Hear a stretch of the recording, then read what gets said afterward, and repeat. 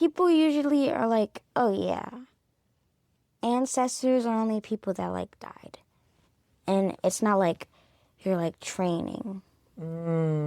That's deep. No, but I think that's the reframe, right? That everything we're doing in our life now is planting seeds, and it could be medicine or it could be poison.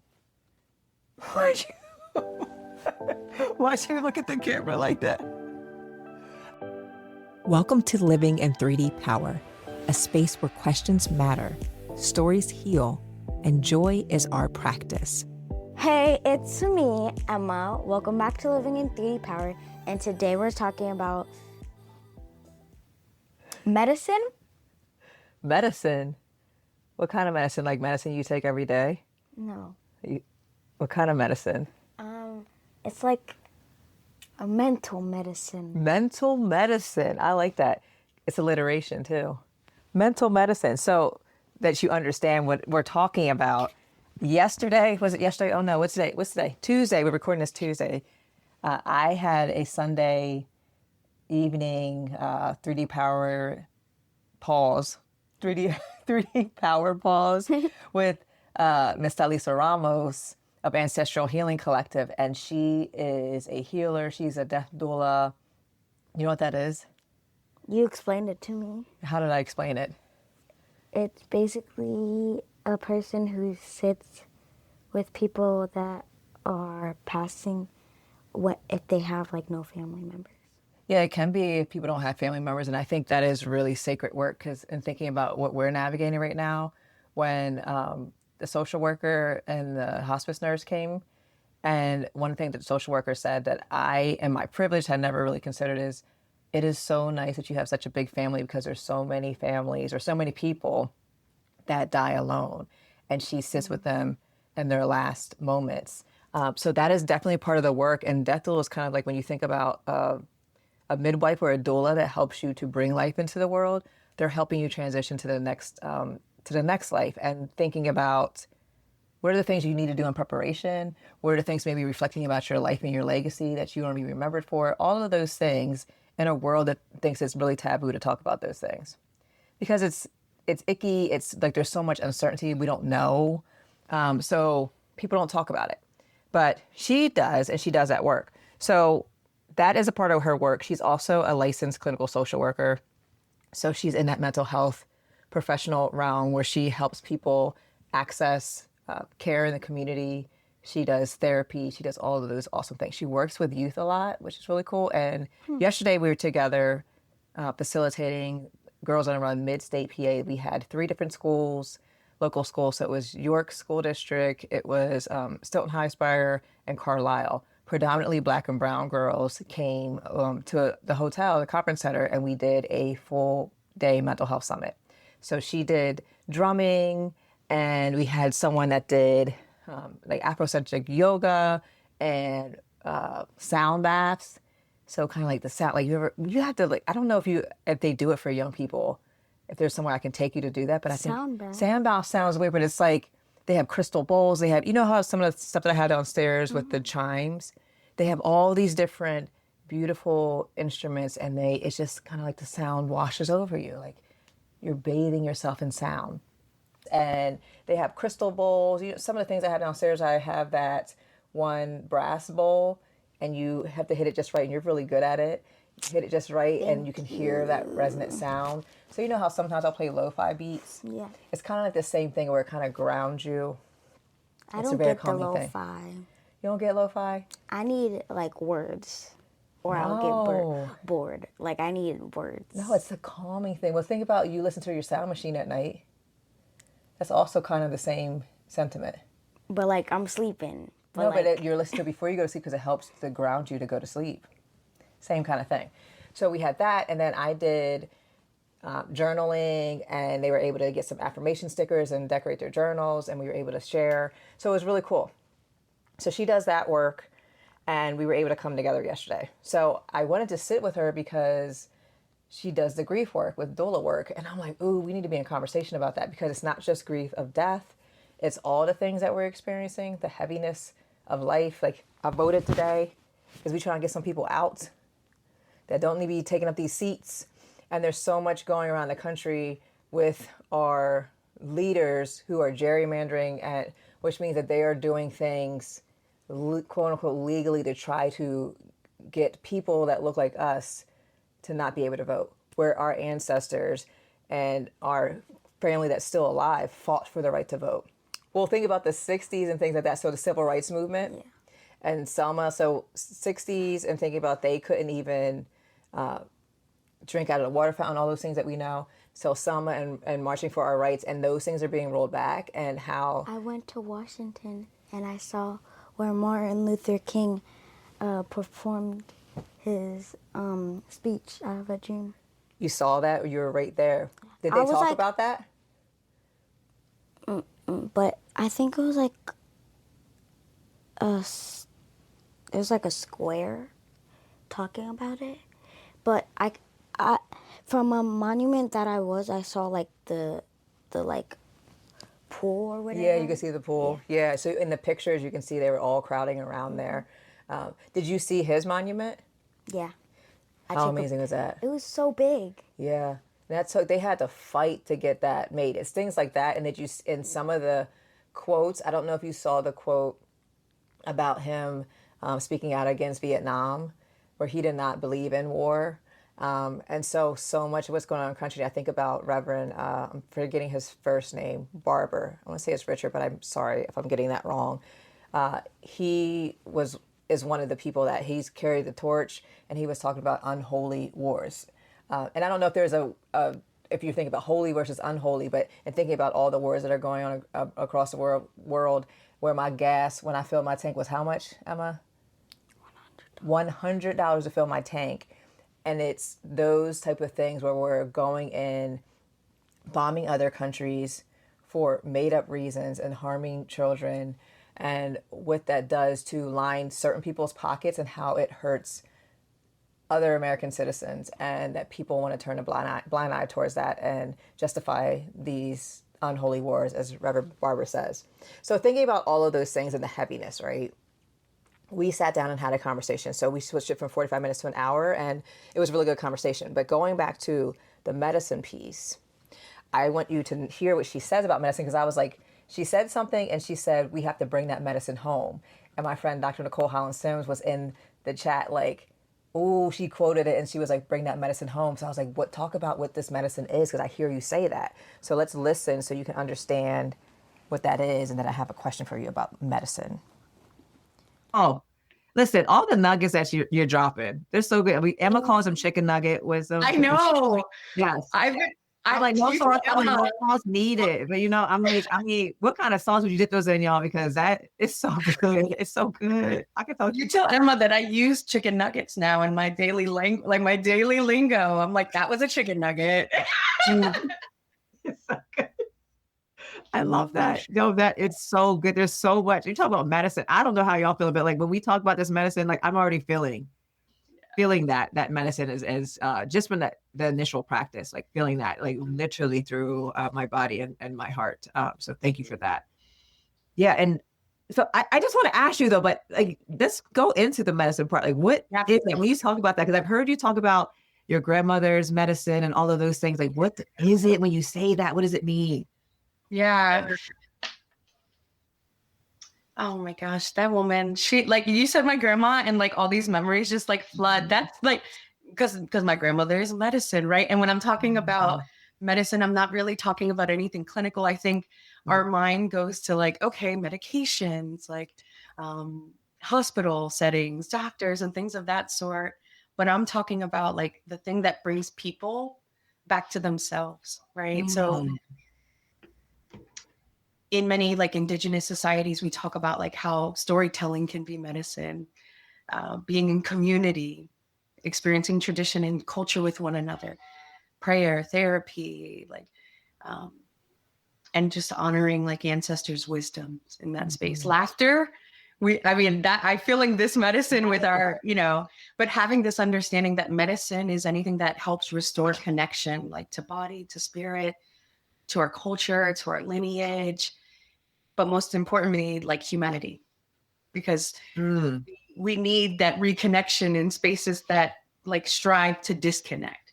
So, you know, I think about a lot about like how healing existed in our communities before colonization or research named it, right? Like our people, Black and brown people have always carried medicine with them, right?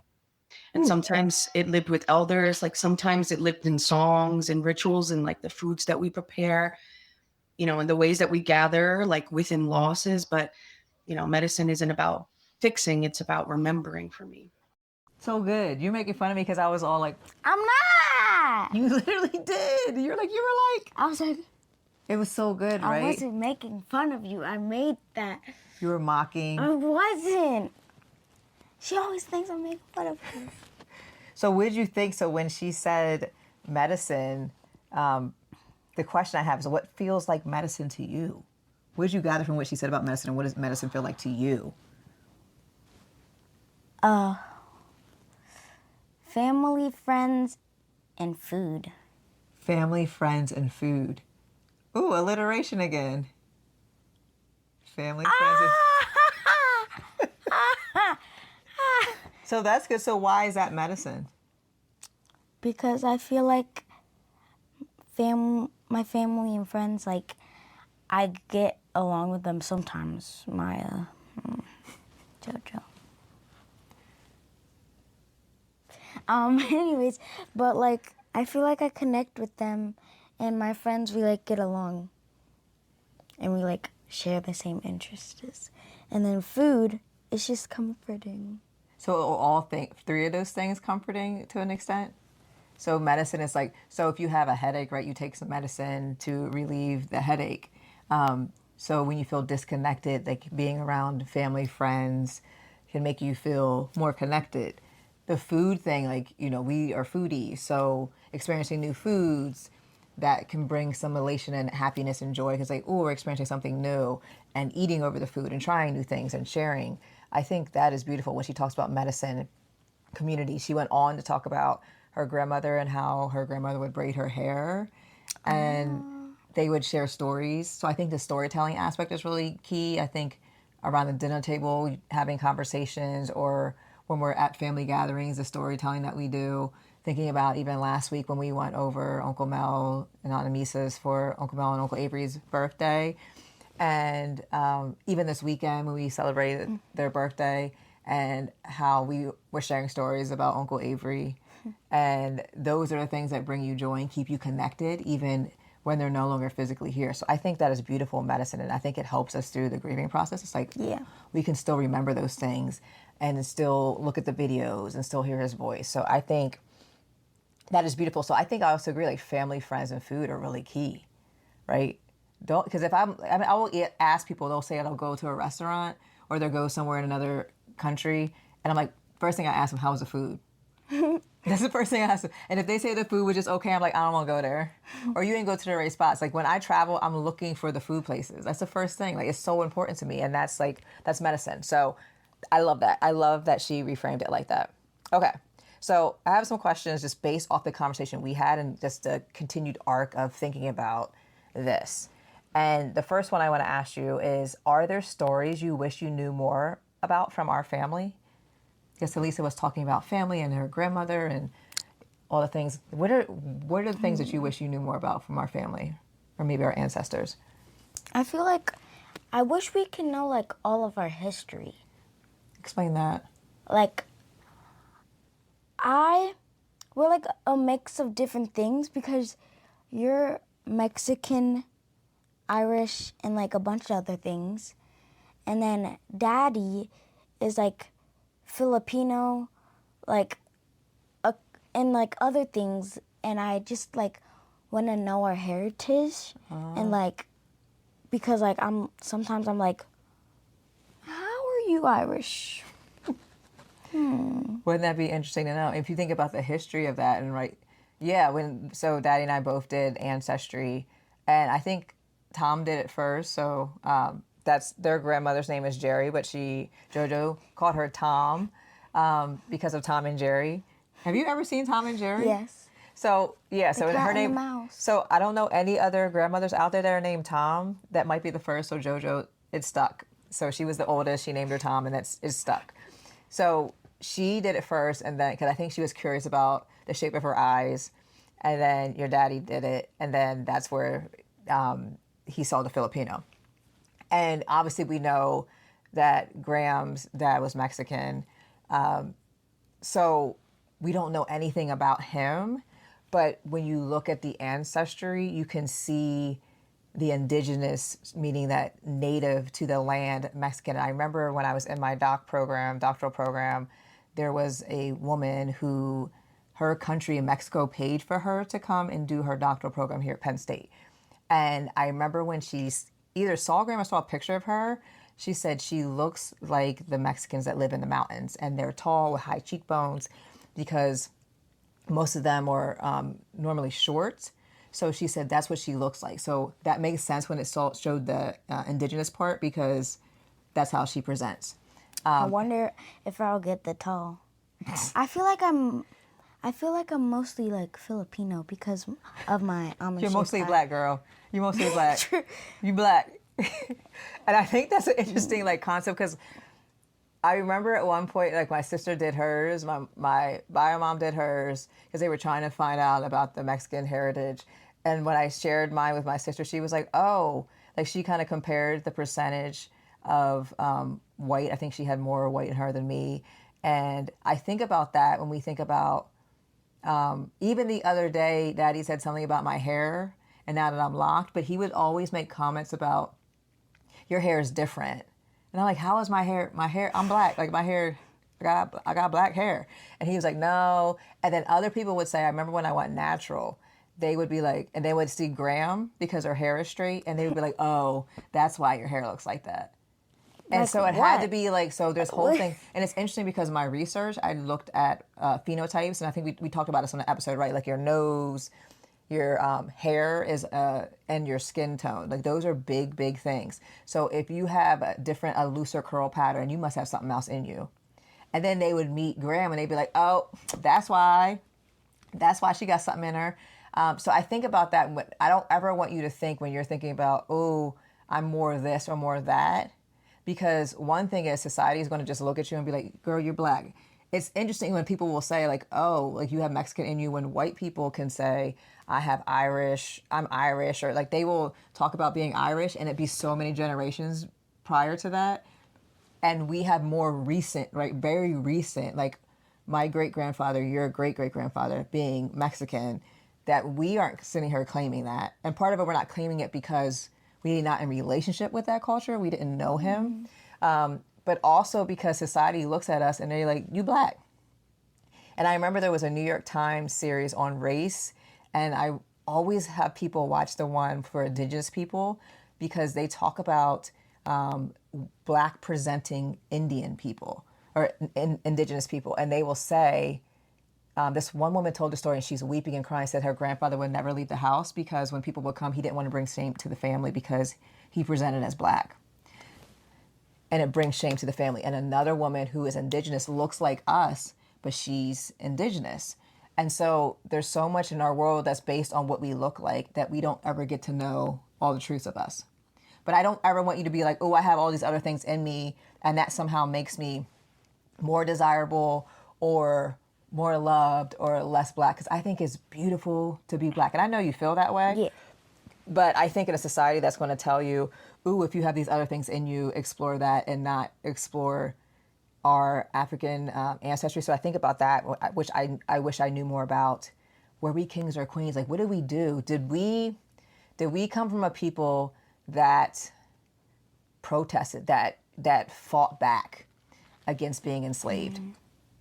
And I think because of how we are and the fire that we have in us, there's a part of me that believes that. Probably. That, you know, we were the ones leading revolts and doing all the things. So I think about that. Like, I wish I knew the strength of my ancestors. And I know they're strong because it lives in our bones. And there's one practice that Talisa did with us, and she does this with end-of-life patients, is we closed our eyes and she said, imagine your ancestors surrounding you, like this compassion and love. And I was literally crying because it was such a beautiful feeling to think about all the lineages of people that we don't know that endured so much so that we could be free. And I don't even mean that in like a sense of like we're literally free legally, even though these people are trying to take our freedom back. But I also mean in the sense that we are free in spirit and mind, and that we are free to dream the dreams that they probably already planted inside of us and they dreamed centuries ago. So I think about all that and I'm like, oh, I wish. When I hear like other people and other cultures. What's the age that I can do Ancestry? I think 18. Yeah. But I think about that. Like, so we have been robbed because of this culture and enslavement of knowing the full history of us. And I think about other people that like, they know they can go back so many generations and, you know, have pictures, and we don't have any of those things. Yep. We just recently found a picture of our great-grandfather, your great-great-grandfather. So Grandma Eleanor's dad has never seen a picture of him in my whole life. And you know who he looks like? Pop-Up Eddie. They look exactly alike. It's just unreal to see that kind of stuff. So I wish we could see some of that. So I hold on to that, but I think that's beautiful to know more about our ancestry, but also owning and loving our Blackness, because it makes us, like the hue of our skin, the texture of our hair, I think the fullness of our lips and our nose, it's beautiful. It's absolutely beautiful. Okay, so the next question is, what happens when we remember adults and grandparents had dreams too? And a little background on that, Talisa was talking, I forget who she was saying, but someone said to her, you know your mother had dreams too. And she said that made her weep because she was like, oh my gosh, my mom had me young. She wasn't able to do all the things that I'm sure she wanted to accomplish in life because of racism and oppression and all these things. And now Talisa, you know, being a licensed clinical social worker and all that she's able to do, she's like, oh my gosh, I'm able to do so many things that my mother couldn't do. And it really resonated with me thinking about my bio mom. And then I remember talking to Graham, and Graham said, Amber, your mom had dreams too. And I'm like, I know. And I remember thinking about that maybe in the last 2 or 3 years. Sonia Renee Taylor, who wrote the puberty book, she was doing, sometimes she'll just get on live and she's just like, hey y'all, or like, you know, she'll get on and she was talking about her mother died years ago. And I think they had a really tumultuous, like really hard relationship. And someone told her, I don't know if she was in therapy or not, but someone was saying to her, what if all that your mom endured, all the pain that she went through, she absorbed it all so that you didn't have to experience it and you could be free to do the work that you're doing now on this earth. And that brought me to tears because I was like, oh my gosh, what if that's the case? My mom and all that she endured and all the things that she hasn't spoken about that she endured all that so that I could do the work that I do today. So long way of saying, like, what do you think happens when we remember adults and grandparents had dreams too? That they can still do it. You think so? I love that mindset, like they can still do it. So those dreams aren't ever, there's a, you know, Langston Hughes talked about a dream deferred because of all society's ills and like how they a lot of times hate Black people in particular, right? That they will do things so that we can't accomplish our dreams. And I love that you are like, you can still do it. And I think that's the freedom dreamer in you. That's the youthfulness in you that we lose as we get older and we get jaded and we get into despair because we see how corrupt the system is and how it wants to break us. But there has to be something that lives inside of us that believes that it's still possible.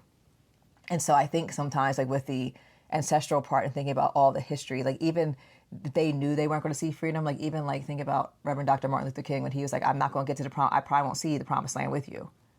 But he could envision it for us, right? So being the forward vision casters, I think is really important. But I think you're right, like they can still accomplish it. But like Graham's 80. So what if she had a dream of being, I don't know, Diana Ross and singing on stage one day? Could she still do that at 80? I love that. You're like, yeah, like there's no barriers, there's no limits. And I think that freedom can help me thinking about at 45, I'll hear people say, someone recently said she's 27 and they're like, I should accomplish so much more in life. And I'm like, girl, you're just 27. Or people will say that at 45, I should accomplish this in life. And I feel like it's our job to build ourselves up or maybe to be around people like you that can affirm us and see that in us. So I love that you're saying that because I think about the dreams that my mom had. She was an amazing basketball player. She had a scholarship and, you know, she's 6'1". And thinking about, too, how she continues. I didn't hear her this time she was here, but she'll talk about the past, like the glory days. Like she gets stuck there because I think that was a really good time for her where she felt like her identity was defined. But what identity does she have outside of that dream that got deferred? So I think some people can live in a past because that's all they know, or it's the shame of carrying it forward. But that was my heyday. That was my shine. And I think about my wife and kids. Remember that Bobby, what was his name? Remember the little guy, Cat Williams? guy? No, Cat Williams, when he was like, he was still dressing like in the 70s or something on My Wife and Kids. And he came in and he was like, and my therapist told me that was my decade and I sure ain't never leaving. I have to put that was so funny to me, and it made me think about there are people like that they will still stay in that decade because it was a good time for them. It was like their heyday, like their shining moment, and they can't get past it. But he dressed like that time period in his life into present day, and they were like, you can't never leave it alone because that was like his glory day. High school was his time. So could you imagine me walking around like I was still in the 90s? Walk around here today talking like the 90s and dressing like the 90s and talking about all the things I did in the 90s, my track records and all the things. Would you be like, Mom, let it go? But I think about that. And I think about that for our community that's listening. What happens when we remember adults and grandparents had dreams too? What I think happens, Emma, is that we humanize them, that we see them as fully human. And we say, I can give you grace because you did the best that you could. You had dreams that you weren't able to access because of whatever happened in your life, because you were young, you had me young, you didn't have the resources that other people have in other communities, so you did the best that you could. So it helps me give grace and extend grace when I think about the bad stuff. Yeah. Okay, so last question. Talisa said we are all ancestors in training. The face. Why do you make that face? I'm going to use that more often. You like that? Ancestors and trainers. That's good. So what kind of ancestor do you want to be someday? I feel like I want to be that ancestor that would like be like the cool one, but also like the one that you can rely on. Like if like someone's bullying you, then I would show up and be like, who's bullying you? Show me them. I gotta talk to their parents. So you would want to be remembered for that? You would be like, oh, Aunt Emma, Grandma Emma, Great Grandma Emma, my sister. Like all of those things you would want. So when you transition, that's what you want to be remembered for, that person. Like you're the grounded, down to earth. You can tell me anything, but I'm going to still have your back. Ain't no one going to mess with you. I love that. And why do you think that's important, that people remember you like that? Because I feel like if I was like strict, then people would be like, oh yeah, she didn't let me have like this, or like I couldn't do that, or like, yeah. Oh, are you talking about me? Is that how you're going to remember me? When you made a face that is partially true. How do you think you will remember me as an ancestor? I think, well, I'm still growing, and I still have like years and years to go. That's the prayer. Me as an ancestor, like when I transition, and when you think about Mom, this is what I remember most about Mom. She was cool. Oh, I'm cool. It's on film. So when you go through your teenage phase when I'm not cool anymore, I'm reeling this back. I'm not gonna go through that phase. They all do. I don't like those types. You all do. There's a period where I'm not going to be cool. So I will be remembered for being cool. And fun sometimes. Cool and fun sometimes. That's honest. I'm not fun all the time. You gave me good food too. Oh, good food. That was one of your things about medicine. So that's the medicine. So when you think about me and medicine and ancestors, that fun, good food, and cool.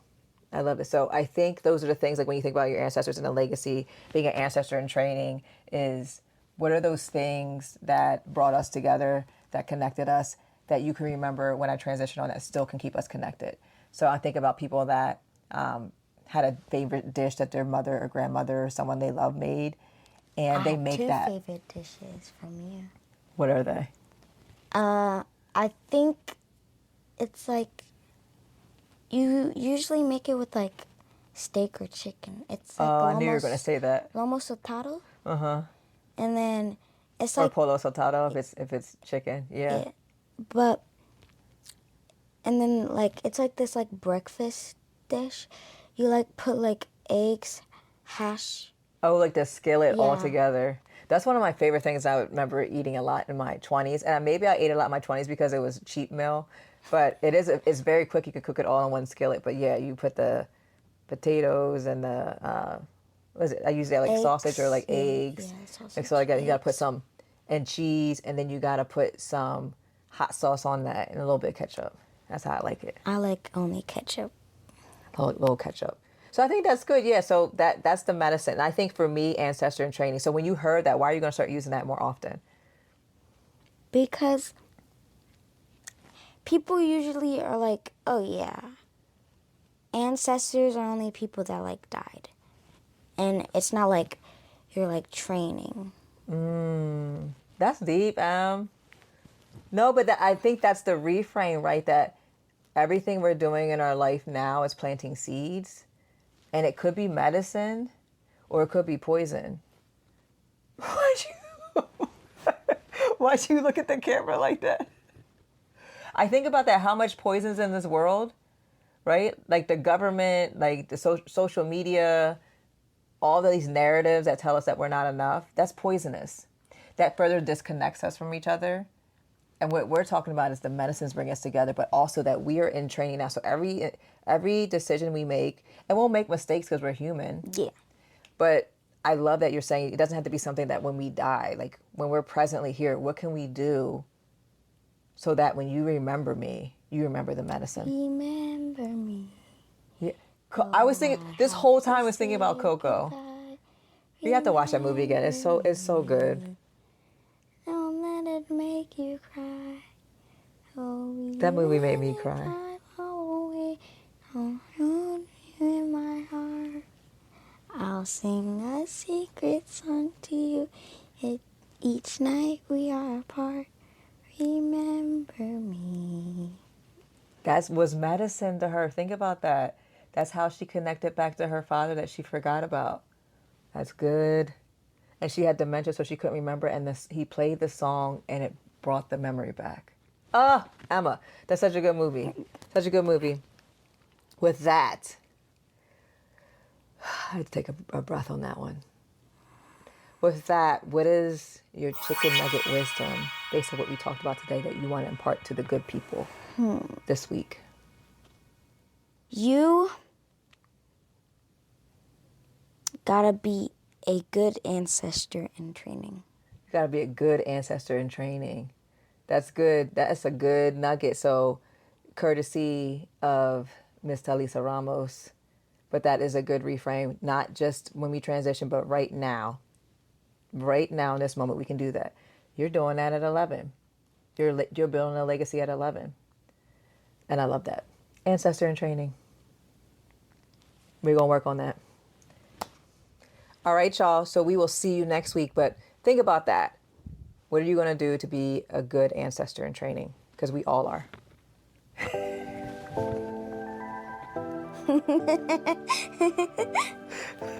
I'm so glad you joined me and Mommy for this episode of Living in 3D Power. I hope you like it. Now do me a favor before you leave. Subscribe to our Substack and make sure you subscribe to wherever you listen to podcasts too. And hey, do me another favor. Share this episode with a friend or family member. If something we said made you laugh, made you smile, or it might mean something to them, just send it away. Okay, one more favor. That's a lot of favors, I know. Head over to the comments on our social media. Tell us what made you say, "That's deep, whoa." Because your words encourage other people and they encourage us too. See you next time.